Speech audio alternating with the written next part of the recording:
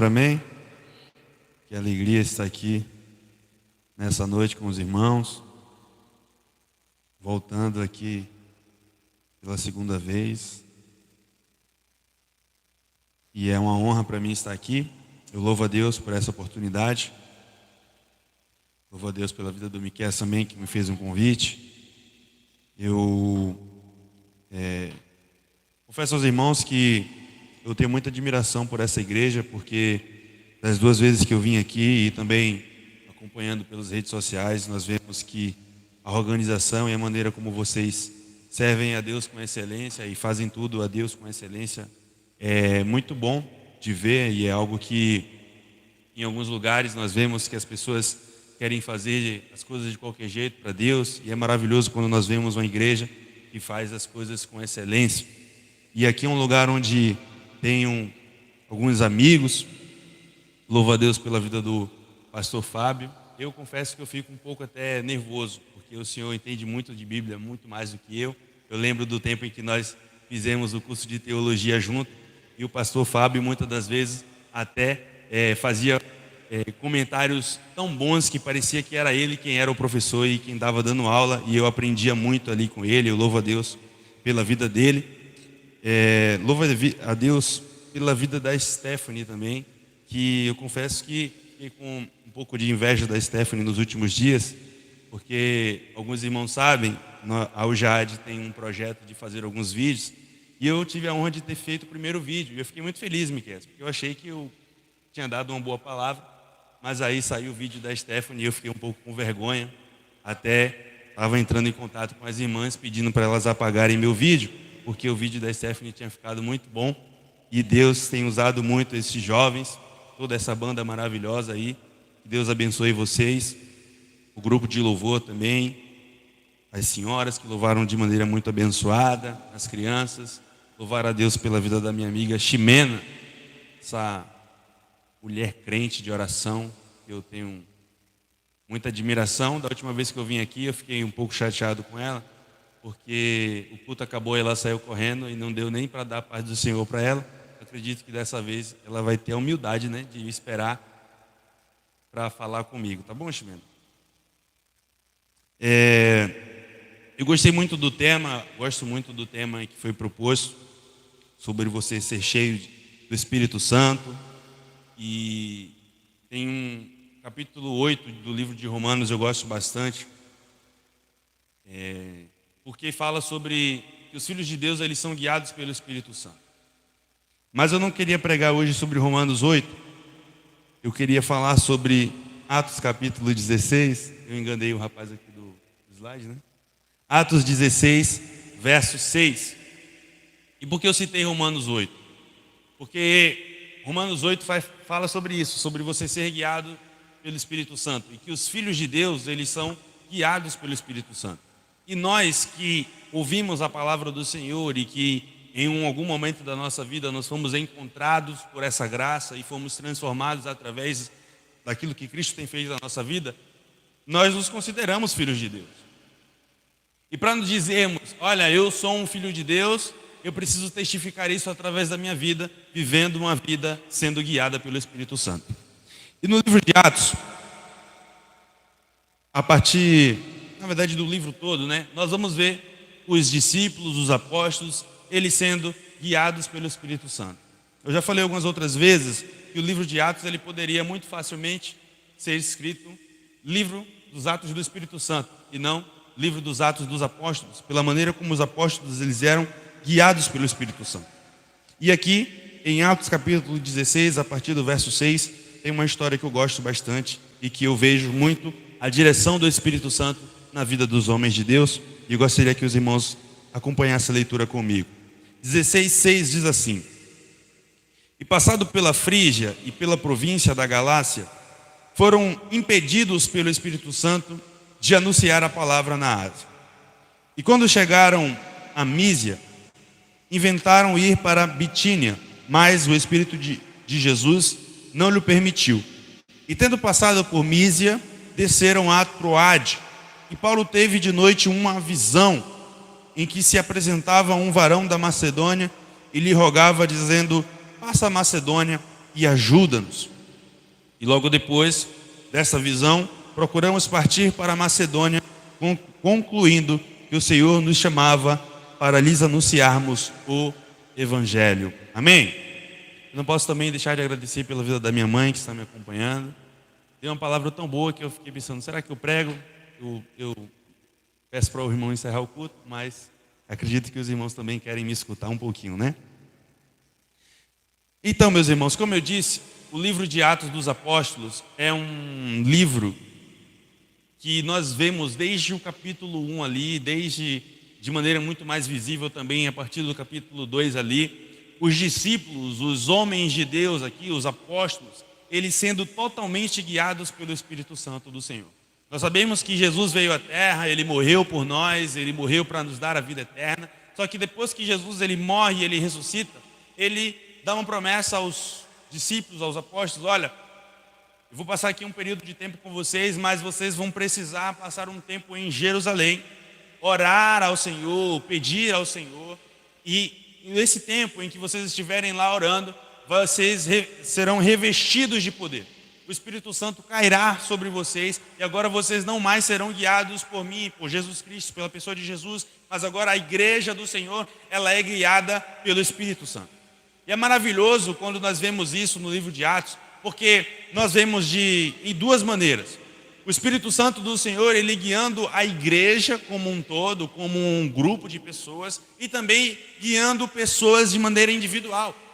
Então, Ximena, quando nós dizemos que o Espírito Santo ele nos guia, ele nos direciona, eu estou dizendo que o Espírito Santo ele guia a igreja da Rua Lagoinhas como um todo, como um grupo de pessoas, ele direciona o grupo das senhoras, ele direciona o grupo dos senhores, ele direciona todo aquele que se coloca à disposição de servir e de ouvir a sua voz. Mas também ele direciona, por exemplo, o baterista, que, diferente de algumas outras igrejas, é um baterista crente, onde deu uma palavra muito boa aqui. E então nós vemos que o Espírito Santo do Senhor, ele direciona não somente a igreja como um todo, mas ele também me direciona de maneira individual. Então é por isso que isso é maravilhoso, porque quando nós ouvimos que o Espírito Santo ele guia a igreja, nós podemos pensar assim, não, então eu vou aguardar o Espírito Santo guiar a igreja, e depois que a igreja for guiada, eu vou seguir o meu rumo. Só que na verdade é totalmente diferente, porque antes que o Espírito Santo, ou seja, antes que o Espírito Santo fale com o pastor da igreja, fale com o pregador da igreja, fale com o homem de Deus que vai ser levantado para falar aqui no púlpito, Deus ele também fala com você dentro da sua casa. O Espírito Santo do Senhor, ele te direciona muito antes de você chegar aqui às 18 horas do culto começar. E nós vemos de maneira muito maravilhosa isso, porque nós pensamos, Deus ele trabalha de maneira individual com cada um. Porque, Thaleson, a maneira como Deus ele me direciona é diferente da sua. Eu lembro que quando eu era novo convertido, eu olhava para quem tocava baixo e achava legal. Mas não era a direção que o Espírito Santo tinha para mim. Talvez seja porque eu não tenha talento. E se eu tocasse, os irmãos iam desviar. Então, o Espírito Santo do Senhor, eles nos guiam de maneira diferente. E cada um, ele tem um direcionamento. E aqui nessa palavra, tem algo que eu acho muito atípico, que é Paulo e Silas e Timóteo, eles querem pregar o Evangelho. Olha que legal. Existem homens de Deus que querem pregar o Evangelho. Era como se, trazendo de uma maneira mais fácil, eu dissesse que, olha, Vitor e Miqueias, eles querem pregar o Evangelho em Camaçari. Mas aí o Espírito Santo vai dizer para Vitor e Miqueias, não. Aí Vitor e Miqueias falam assim, não, ok, em Camaçari não, mas então vamos para Mata de São João. E o Espírito Santo vai dizer, não. Eu fico imaginando o questionamento que existe dentro de alguém que quer pregar o Evangelho e o Espírito Santo está dizendo não. Porque, meus irmãos, é normal a gente ouvir muitas pregações e a gente vê nos testemunhos das pessoas que vivem uma vida de santidade, eu dizer, olha, em um certo período da minha vida eu queria ir para o baile funk, mas o Espírito Santo me disse não. Isso é natural. Eu dizer que eu queria ir para o forró, né? Agora o período junino, a gente infelizmente vê pessoas desviando da igreja por causa de uma festa, e a gente vê testemunhos de pessoas que falavam assim, olha, eu queria ir para a festa do forró, eu queria ir para o São João, mas o Espírito Santo me incomodou e me disse não, e eu não fui. Agora, da maneira como nós estamos vendo essa história, onde Paulo e Silas, eles querem pregar o Evangelho, eles querem fazer a vontade de Deus. O Espírito Santo está dizendo não. Só que, meus irmãos, a gente precisa entender como Deus trabalha. A gente precisa entender como Deus age através de nós e através do propósito que Ele tem estabelecido nas nossas vidas. Sabe por quê? Porque muitas das vezes a gente vê algumas situações, até mesmo dentro da igreja, ou dentro da nossa casa, dentro da nossa família, e a gente pensa que a gente tem a solução para o problema. A gente pensa assim, não, eu sou um homem, eu sou uma mulher de oração, eu leio a Bíblia todos os dias, eu tenho conhecimento da palavra, eu sou uma referência dentro da minha igreja, eu sou uma referência dentro dos meus amigos como uma pessoa que carrega a presença do Senhor. Então, pelo fato de eu carregar essa presença, pelo fato de eu ser uma referência no lugar onde eu estou inserido, eu tenho uma solução para esse problema. Eu tenho a solução na palavra, eu tenho uma solução. Só que muitas das vezes, meus irmãos, nós estamos olhando para nós, para aquilo que o homem pode fazer. Estou olhando para aquilo que Vitor, através das suas mãos, pode fazer. E muitas das vezes a gente fica cego, olhando para nós mesmos e deixa de lembrar que, na verdade, nós não somos guiados pelos nossos corações, nós não somos guiados pelas nossas atitudes. Eu não sou guiado pela minha homilética, ou pela maneira como eu sei pregar, ou pela maneira como Deus me usa. Não, eu sou guiado e direcionado pelo Espírito Santo do Senhor. A igreja ainda não perdeu quem a direciona, meu irmão. A igreja ainda não perdeu o controle, Deus não perdeu o controle da igreja, porque o Espírito Santo ainda é quem guia esta casa, ainda é quem guia esta igreja, ainda é quem guia o pastor, meu irmão. Então entenda, nós não podemos ser guiados pelas nossas próprias paixões e pelos nossos próprios pensamentos. Nós precisamos ser guiados pelo Espírito Santo de Deus. Talvez Paulo e Silas fossem para esse lugar e o propósito que Deus já havia estabelecido para a vida deles não fosse cumprido. Mesmo parecendo bom, isso me chama a atenção, porque isso, meus irmãos, nós precisamos tomar muito cuidado com isso. Porque às vezes a gente pensa, olha, é algo certo, é algo bom, então eu posso fazer. Lembra de quando Davi estava levando a arca, e aí, em um certo momento do período ali da viagem, a arca cai, e um homem tenta colocar a mão para segurar a arca e ele morre? Deus fala muito conosco sobre isso, porque muitas das vezes, vontade boa, nasceu de algo bom, é uma vontade boa, é algo que eu quero fazer o bem. Só que muitas das vezes é fazer o bem sem princípio, e fazer o bem sem princípio não leva a nada. E aí Paulo e Silas, e é maravilhoso, porque Paulo e Silas, eles escutam o não pela primeira vez, eles escutam o não pela segunda vez, e eles permanecem obedientes. Porque muitos de nós, quando escutamos o não do Senhor, a gente começa a duvidar. Se Deus está me dando tanto não, será que é Deus mesmo quem está falando comigo? Será que é Deus mesmo que está mandando eu descansar em meio à tempestade? Será que é Deus mesmo que está mandando eu calar a minha boca quando eu queria falar? Será que é Deus mesmo que está mandando eu ficar quieto em meio a uma situação que na minha cabeça requer uma atitude? Será que é Deus mesmo quem está falando comigo? Ou o contrário, será que é Deus mesmo quem está mandando eu fazer alguma coisa quando eu achava que eu não precisava fazer nada? E às vezes a gente gera essa dúvida dentro de nós, porque a gente começa a pensar e avaliar a situação pelo aquilo que nós pensamos ou pelo aquilo que nós podemos fazer. Mas Paulo e Silas, eles são muito sábios e eles obedecem à voz do Senhor. E aí a Bíblia vai dizer que eles vão para Troade. E quando eles chegam naquele lugar, Paulo tem uma visão. E quando Paulo tem essa visão, a Bíblia vai dizer que ele escuta um homem lhe rogando e lhe pedindo, dizendo: passa a Macedônia e ajuda-nos. Meu irmão, eu tenho uma palavra para você agora, porque isso fala muito comigo. Perceba que pelo fato de Paulo ter sido obediente na primeira vez e Paulo ter sido obediente na segunda vez, mesmo escutando um não da parte do Senhor, fez com que Paulo tivesse uma visão. Eu não sei se você consegue mensurar isso, mas a Bíblia está nos dizendo que para nós vivermos uma vida de visão, para nós termos a visão que o Senhor quer que a gente tenha, para você vivenciar as experiências que Deus quer que você viva, para você vivenciar e parar de olhar para as outras pessoas e dizer, olha, ele é um homem que vive experiências, e olhar para dentro de você e não enxergar essas experiências, meu irmão, chega, basta disso. É um tempo onde Deus quer que a igreja viva experiências espirituais diferentes. É um tempo onde Deus não quer mais que somente os velhos, os mais velhos, os senhores ou senhoras tenham contos para contar. Não, é um tempo onde Deus quer usar os jovens, é um tempo onde Deus quer usar os adolescentes, é um tempo onde Deus quer usar as crianças para dizer, eu tive uma visão, eu fui usado pelo Senhor, eu fiz aquilo que o Espírito Santo tem me direcionado. E quando nós somos obedientes à voz do Senhor, meus irmãos, nós vivemos uma vida baseada em visões, e não visões do nosso coração, não, visões da parte de Deus. Isso é maravilhoso, porque jamais, com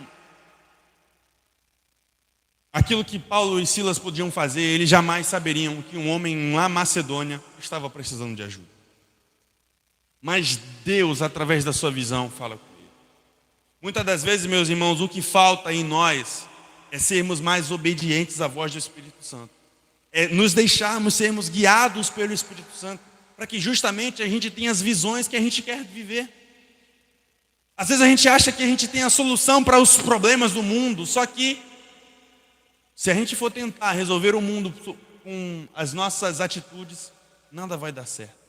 Lembra de Pedro?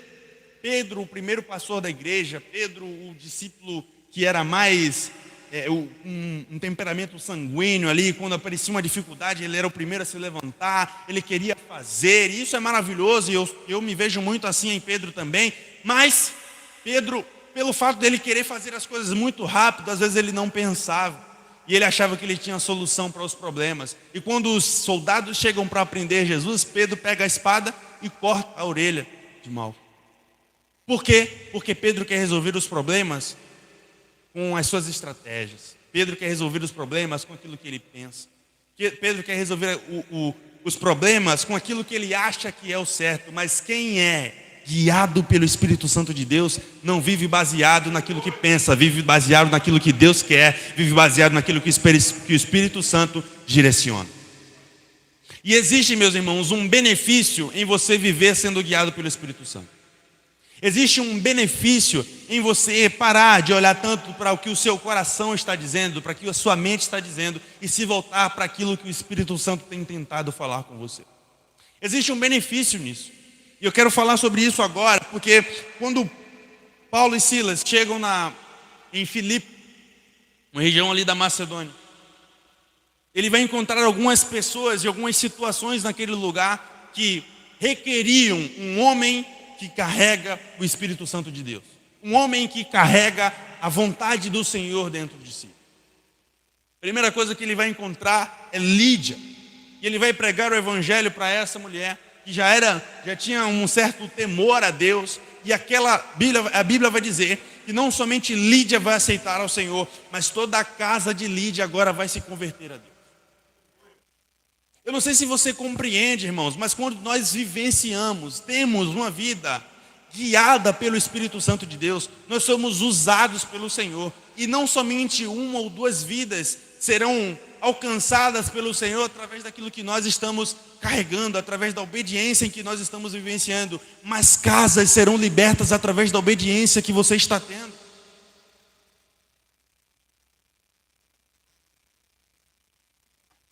É óbvio que todos nós que estamos aqui queremos fazer a vontade do Senhor.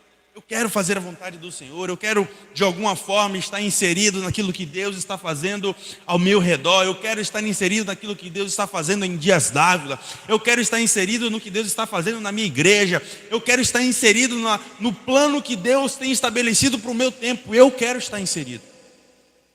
Só que para você estar inserido no plano de Deus, você precisa antes ouvir a voz do Espírito Santo. Precisa ser obediente aos princípios que o Espírito Santo está lhe direcionando. E por conta disso, Paulo e Silas vão chegar naquele lugar e a casa de Lídia vai aceitar o Senhor. E aí a Bíblia vai dizer que eles ficam naquele lugar e a família de Lídia faz de tudo para que eles permaneçam naquele lugar, mas a gente sabe, Paulo e Silas eram missionários, eles estabeleciam a igreja em um lugar, iam para uma outra cidade, estabelecia a igreja em outra cidade e assim por diante. E aí Lídia queria que eles continuassem ali, e aí a Bíblia vai dizer que Paulo e Silas, com muito temor e vendo a alegria que os irmãos naquele lugar estavam, ele permanece naquele lugar, permanece naquela região. E aí vai se levantar uma mulher agora que tem um espírito de adivinhação. Um espírito de adivinhação que era utilizado por outras pessoas para ganhar dinheiro.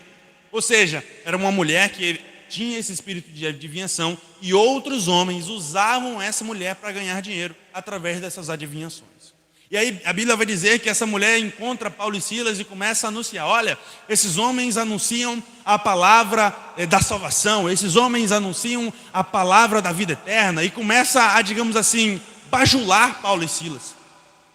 E eu acho interessante porque a Bíblia diz que Paulo e Silas não fazem nada de princípio, mas depois, com o passar do tempo, o Espírito Santo do Senhor começa a incomodar Paulo. Isso me chama a atenção, porque perceba como é estranho, ou estranho não é a palavra, mas difícil você ser guiado pelo Espírito Santo. É difícil, porque em um momento Paulo e Silas eles estão recebendo um não do Senhor para pregar o Evangelho, e agora Paulo e Silas estão escutando uma voz de uma mulher que está dizendo: olha, esses homens pregam o Evangelho, olha, esses homens pregam a verdade. E o Espírito Santo está incomodando Paulo e Silas. Ou seja, é como se o Espírito estivesse dizendo: Paulo está ouvindo aquilo, e o Espírito Santo está dizendo dentro de Paulo: isso não está certo, existe algo errado. E aí a Bíblia vai dizer que Paulo vai ser usado para expulsar o espírito de adivinhação que havia sobre aquela mulher. Perceba, meu irmão, que às vezes aos nossos olhos carnais está tudo certo, está tudo bem.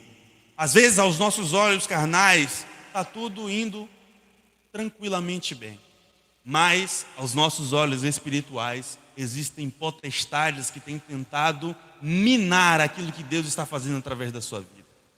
A Bíblia ela não deixa claro porque o Espírito Santo age a tempo, mas nós não sabemos o que é que poderia acontecer se essa mulher permanecesse com seu espírito de adivinhação bajulando a Paulo e Silas. Nós sabemos que nós vivemos num tempo onde o ego do homem tem se inflado tanto e que homens de Deus têm perdido o direcionamento do Espírito Santo através disso. Então imagine se talvez Paulo e Silas desse tanto crédito àquilo que aquela mulher estava falando e talvez perdesse a voz do Espírito Santo no seu ouvido, porque deu voz a um espírito estranho.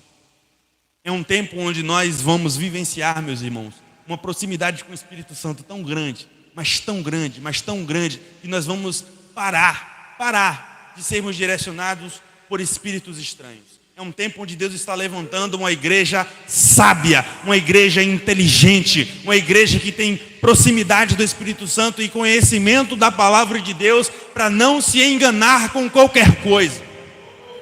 Nós sabemos que a palavra diz também em Mateus capítulo 24 que no tempo em que nós estamos vivendo, com a proximidade da volta do Senhor, se levantarão muitos falsos profetas, mas uma igreja que vive baseada na palavra, uma igreja que é guiada pelo Espírito Santo de Deus, não é enganada, porque nós carregamos a presença do Senhor e o Espírito Santo de Deus em nossas vidas. E aí, agora vai acontecer algo que também ainda complica mais você observar a vida de alguém que é guiado pelo Espírito Santo de Deus. Por quê? Paulo e Silas, apesar de terem feito a coisa certa, agora eles vão vivenciar algo que é ruim para a vida deles.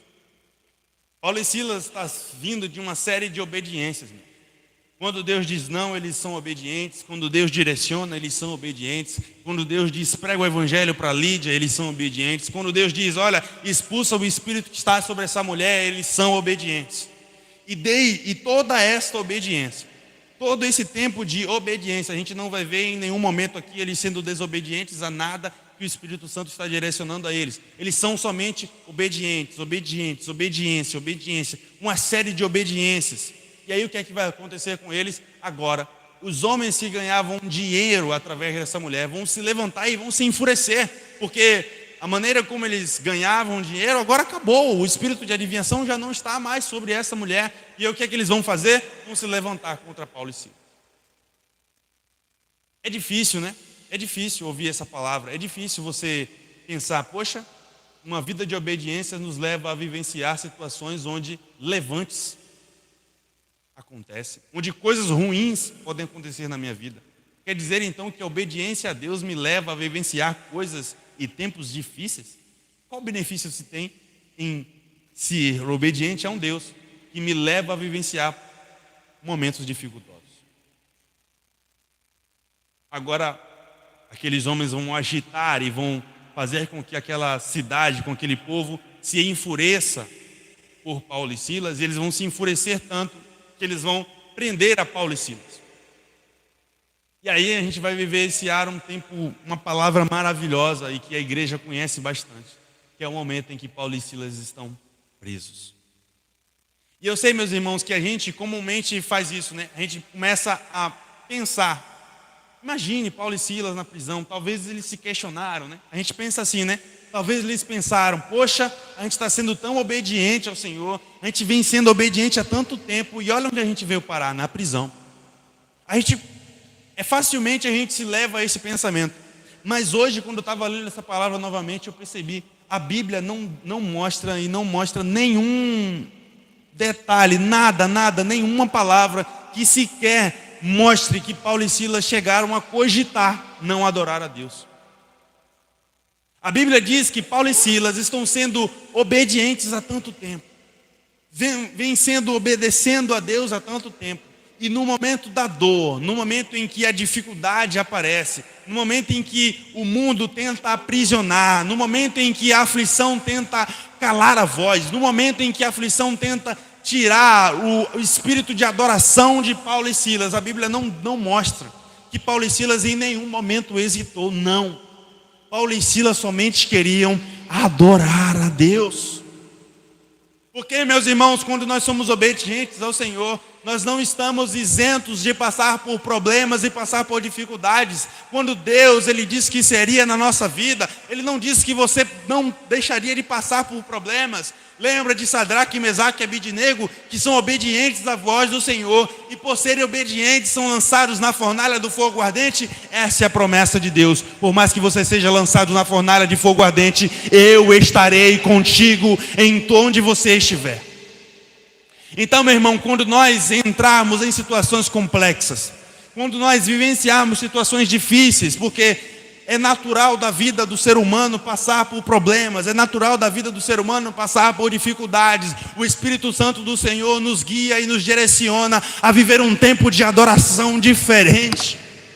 O Espírito Santo do Senhor nos convida a adorarmos mais, a entregarmos o nosso melhor louvor. Você não sabe o poder que a sua adoração tem. Você não sabe o poder que uma adoração tem, uma adoração sincera.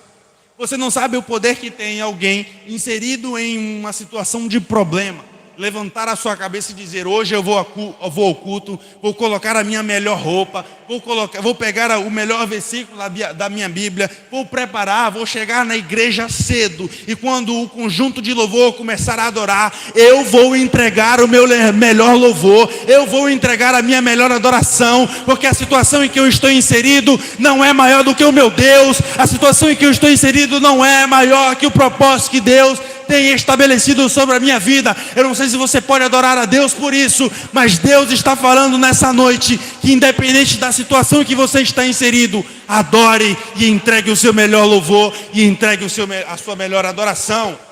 Oh, aleluia!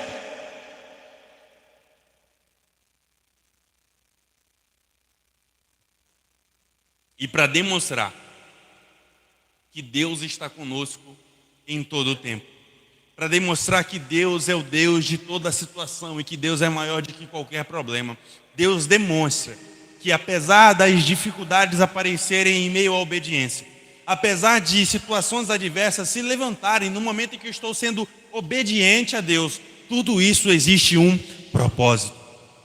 Porque às vezes a gente olha para as nossas dificuldades e parece que, Deus parece que está brincando comigo. Deus parece que está permitindo eu, crente, de uma casa que carrega a presença do Senhor, está passando por um problema desse, parece que Deus está permitindo isso para que as pessoas murmurem sobre a minha vida. E às vezes a gente se faz esses questionamentos, sim. Mas Deus, na sua palavra, demonstra que toda dor e toda dificuldade tem um propósito também.